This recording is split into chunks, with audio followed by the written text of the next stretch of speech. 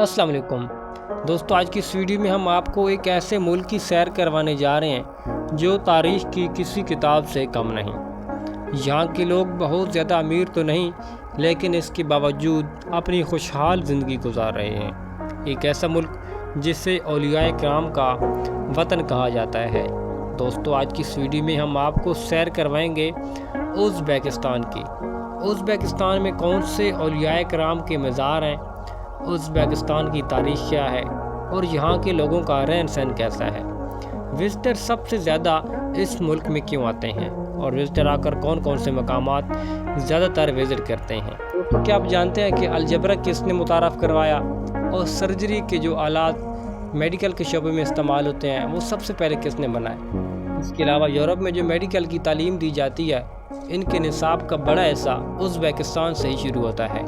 یہ ساری باتیں جانیں گے آج کی اس ویڈیو میں، اور اس کے علاوہ ازبیکستان کے متعلق کچھ ایسے حیران کن حقائق ہوں گے جو شاید پہلے آپ نے کبھی نہ سن رکھے ہوں۔ اب آج کی اس ویڈیو کا باقاعدہ آغاز کرتے ہیں۔ نئے دوست چینل کو سبسکرائب کر لیں، یہ باتیں آپ کو تب سمجھ آئیں گی جب آپ ویڈیو کو مکمل دیکھیں گے۔ نکلتے ہیں ازبیکستان کے ایک شاندار سفر پر۔ ازبیکستان، جس کا آفیشیل نام ریپبلک آف ازبیکستان ہے، اس کا مطلب ہے ازبیک لوگوں کی سرزمین۔ اس ملک سے ہماری واقفیت جذباتی، روحانی اور عقلی طور پر بھی ہے۔ اس کی خاص وجہ یہاں کے محدثین، اولیاء کرام اور تاریخی نام ہے، جس کو امیر تیمور بھی کہتے ہیں۔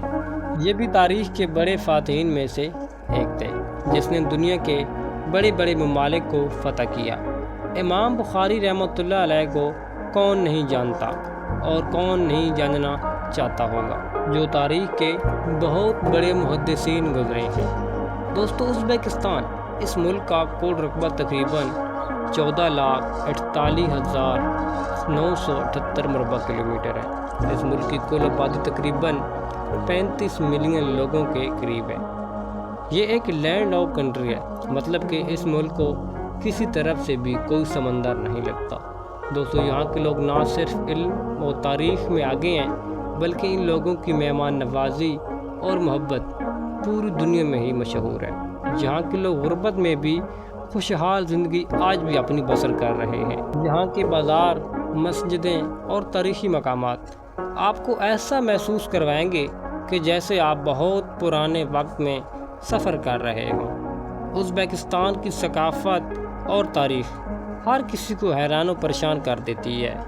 دوستو، آپ کو حیران کن بات بتاتے چلیں کہ اس ملک میں بھی بہت سخت طور پر قانون کی پابندی کی جاتی ہے۔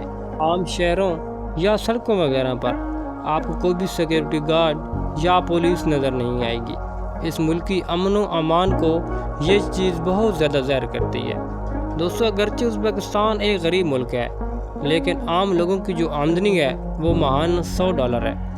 لیکن یہ بات بھی سن کر آپ حیران ہو جائیں گے کہ پچھلے 10 سالوں تک اس ملک میں کوئی بھی گاڑی یا موٹر سائیکل وغیرہ تک چوری نہیں ہوا۔ یہ واقعہ سن کر آپ بھی حیران ہو چکے ہوں گے۔ یہ بات جو ہے ان لوگوں کی ایمانداری اور اخلاقیات کو بہت زیادہ ظاہر کرتی ہے۔ تو اب بات کریں گے یہاں کے مشہور لوگوں کے بارے میں اور کچھ اولیاء کرام کے مزارات کے بارے میں اور ازبیکستان کے بارے میں۔ دوستو، ازبیکستان سیر و سیاحت کے حوالے سے بھی ایک اہم ملک ہے۔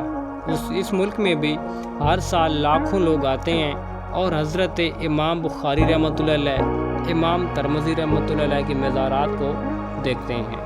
دوستو، یہاں کے تاریخی مقامات بھی لاجواب ہیں۔